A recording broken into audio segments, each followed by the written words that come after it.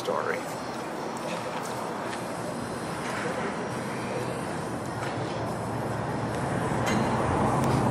We need our clapboard. So, where are we? My brother tells a story here about leaving tools in the... No, my brother tells a story that when I did this thing with a project that Alan Gusso got going, and I became a part of it.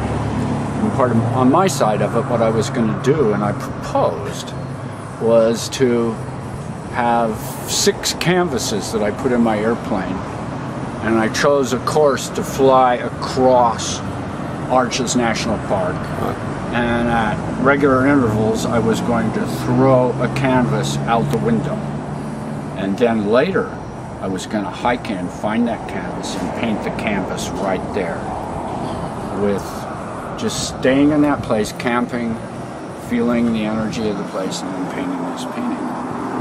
And then when it came to actually doing it, I came to realize, and this is where I differ from my brother's story, that's what he still thinks happened, but that's what was written up in the project proposal.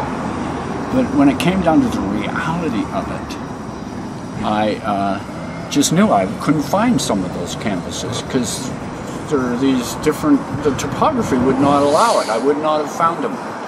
So what I decided to do was take a map of Arches and stand back a distance and throw a dart.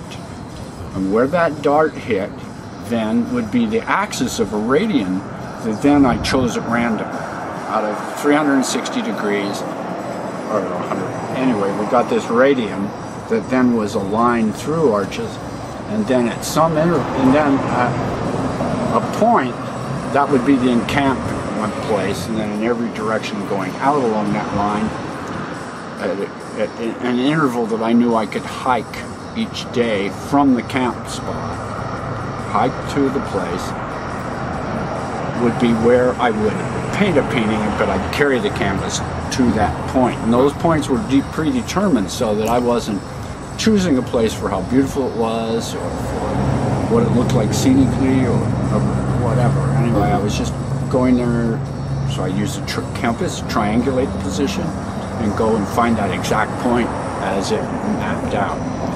And set up the canvas on the ground, and then spend 2 or 3 days each day hiking back to my base camp, hiking back, and painting the painting.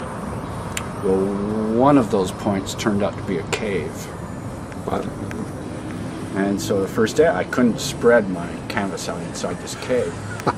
But I sat in the cave, and the cave was way up in the air, and it was looking down over this field of grass. And as I was sitting in it very quietly, very early in the morning, a big buck mule deer walked through down there, and I thought, oh, So I turned around, and behind me, and I found these points.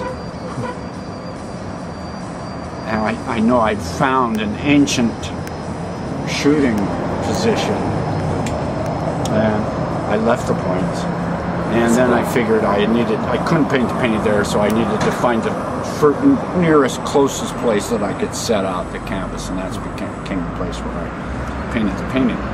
That's cool. But,